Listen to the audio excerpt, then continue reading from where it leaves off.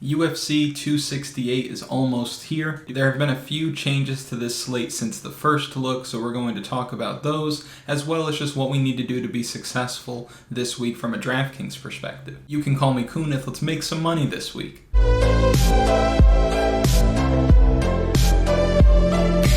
If you haven't had a chance yet, go back and watch the first look video from earlier this week. That's where we go over fighters line by line, salary by salary, and we talk about spots that we like and don't like. For this final look, we're going to be talking more about strategy and what we need to do to be successful on this card with the way that the pricing shakes out, and just some opportunities that I've found on the card that I really like that I want to share with you.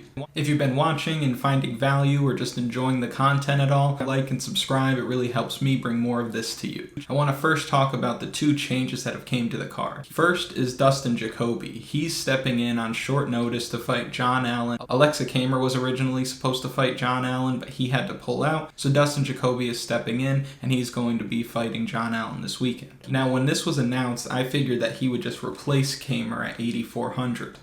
Not the case. Seeing Dustin Jacoby at 9,600 blew me away. There's no way I'm getting to him at that price point. When I saw Dustin Jacoby at 9,600, I felt like a security guard. Hey brother, what are you doing? You have no business being up here. What are you doing, brother? At 9,600, I will have zero Dustin Jacoby. Zero. That's way too much to pay for a fighter who is probably going to go the distance, probably going to gas out late, and even if he does score 100 points, probably it's too expensive to be on the winning lineup. 9,600 is how much you pay for Islam Makhachev, and he doesn't even show up on the winning lineup despite getting a finish in round one. So I do not like this spot. Not going to be getting to Dustin Jacoby. I don't like targeting the John Allen side either. This is a fight that I'll be staying away from.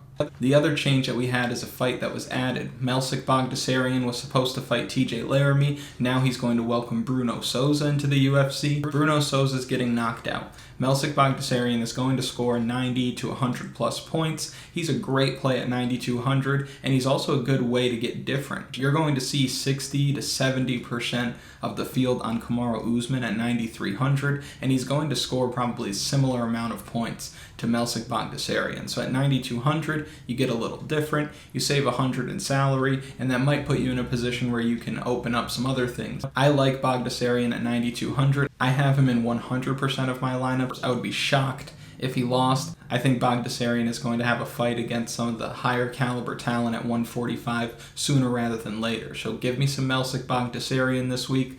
Lock him into your lineups. Now for the important part, what do we need to do to be successful this week? Well, last week we talked about building a well-balanced lineup, staying in that mid-range around 8,600 to around 7,700. And if you did that, you probably had a pretty good Saturday night, considering that only 2 underdogs won out of the 14 fights that we had. I don't see more of the same this week. I think that there are a lot of good underdog spots in this card that we're going to talk about shortly that we can target. I don't think that we're only going to see 2 underdogs win. I think we're probably going to see 4 or 5 win this week. There is a lot of value below 8,000 that we'll talk about shortly.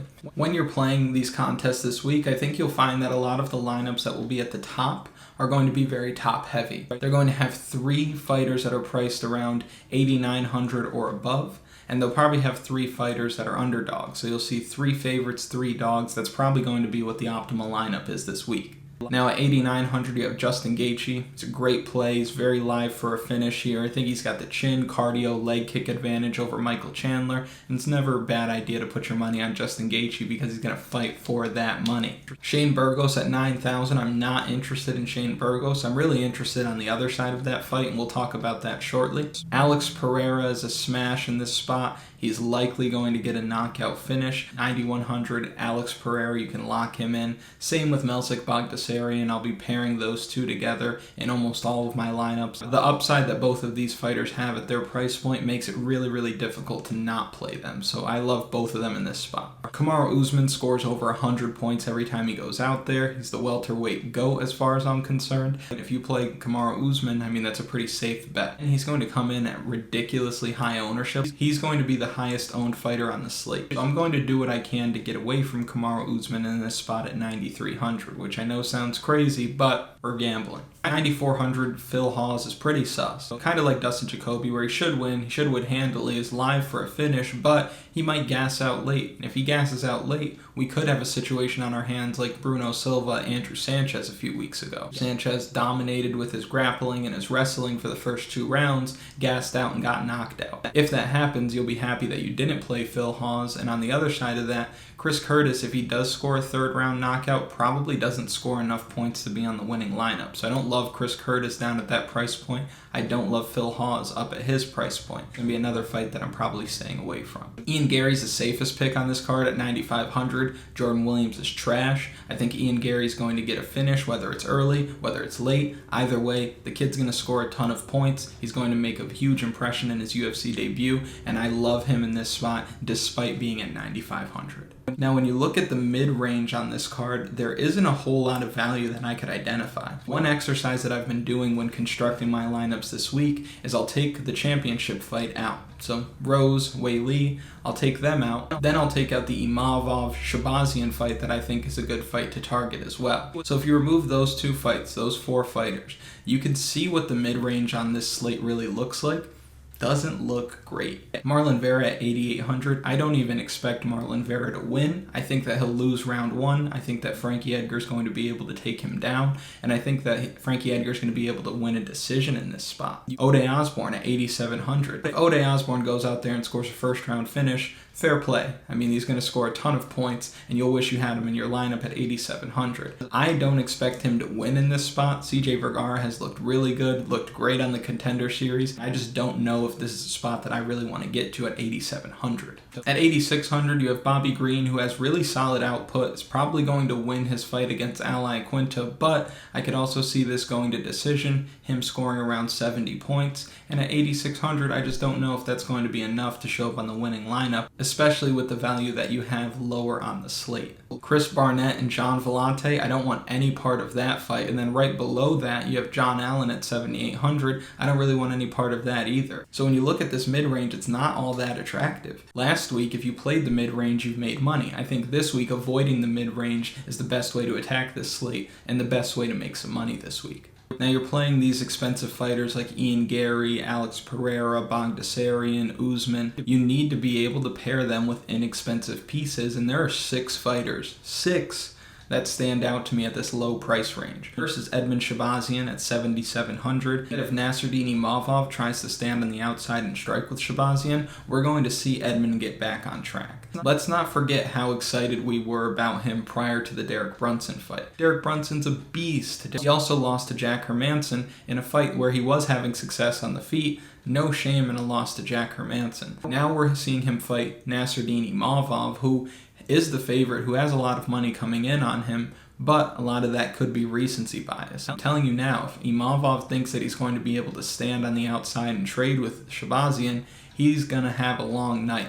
Or a short night and Shahbazian scores a bunch of points with a knockout finish. So at 7,700, I like Edmund Shahbazian. I have him in a few of my lineups. At 7,500, CJ Vergara looks like excellent value. Whenever Ode Osborne fights, he's winning in the 1st round or he's losing in the 1st round. So you want to be on the right side of his fights from a DraftKings perspective, obviously. I think the right side of this fight is CJ Vergara. I think he's the more durable fighter. I think he's probably hungrier. He's going to bring the fight, and if he looked anything like he did on his Contender Series bout, then he's probably going to put Ode Osborne away early. Frankie Edgar, again, I think that he's got the wrestling advantage. I think that Frankie Edgar starts a lot faster than Marlon Vera, so he's going to be able to nab round 1, and then you're going to have a competitive 10 minutes on your hands past round 1, which can go either way. But if Frankie Edgar can get him to the ground, steal that 1st round, I think that we're going to see a situation where he can win a decision and score a decent amount of points. At 7,400, what it allows you to do in other spots on this slate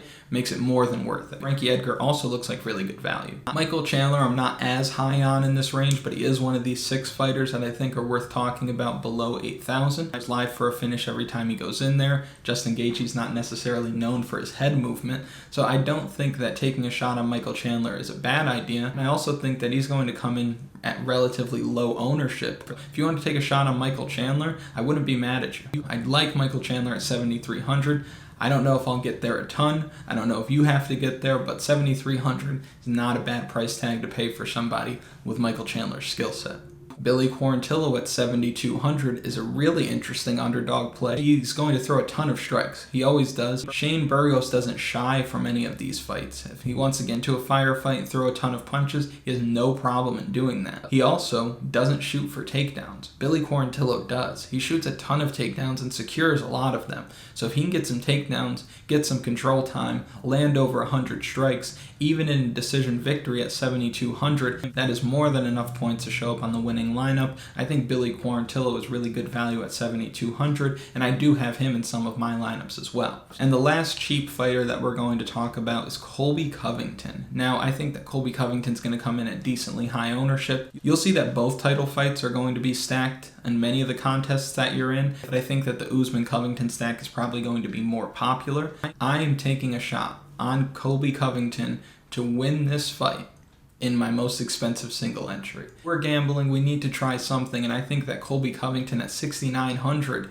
is really good value. He had a super competitive fight with KAMARU Usman last time. He won some of these rounds. One judge actually had him 3-1 going into the 5th, and the stoppage was kind of early with strikes to the back of the head. And if Colby can just sure things up this time, maybe implement a little bit of wrestling to try to tire KAMARU Usman out, then he might be able to find himself with the victory in this spot. I like Nerd Bash this week. I think that we're going to see some and new, and it's going to shock a lot of people. One of the biggest reasons I feel that way is because it seems like KAMARU Usman is completely overlooking Colby Covington, and it's hard not to. Again, he's lapping these guys, just like we talked about in the first look video. But this is a huge test against Colby Covington. And he beat him once, but if you can beat him twice and put the nail in the coffin, the rivalry is over.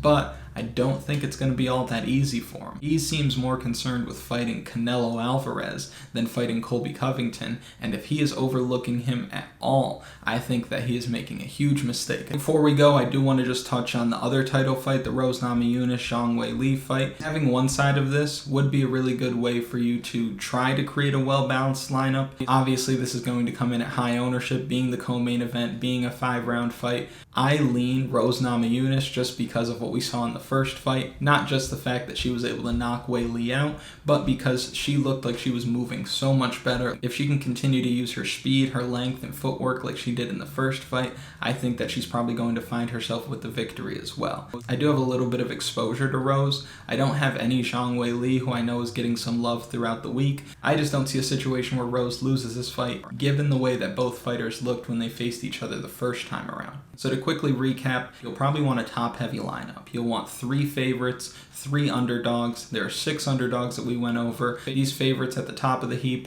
Justin Gaichy, Alex Pereira, Bogdasarian, Usman, Gary. These are all spots that you should be trying to get to in as many lineups as possible. Dustin Jacoby, there's no way at 9,600. Phil Hawes has a sus gas tank at 9,400. Shane Burgos at 9,000. I don't even expect him to win. So that's how I feel about the top range. I think that you should do your best to try to get there. The mid-range, there's not a ton of value, so again, top-heavy lineup. Identify those 3 dogs that you like and take a shot. Don't be afraid to try something different. Don't be afraid to try something new. I think that's what holds us back from finding upside when we're making our lineups. We're looking for the safer play, but not the play that's going to win us the tournament. And it's not always about rostering the best fighters. It's about having a lineup that nobody else has. So don't be afraid to take a chance this week. I think a lot of crazy things can happen. We're in Madison Square Garden on one of the biggest fight cards of the year, one of the most heavily promoted fight cards of the year. So I think we're going to have a lot of fun this week, and I think we'll see a lot of crazy things happen. Thank you so much for tuning in. Please, as always, like, comment, subscribe. That way I can bring more of this to you.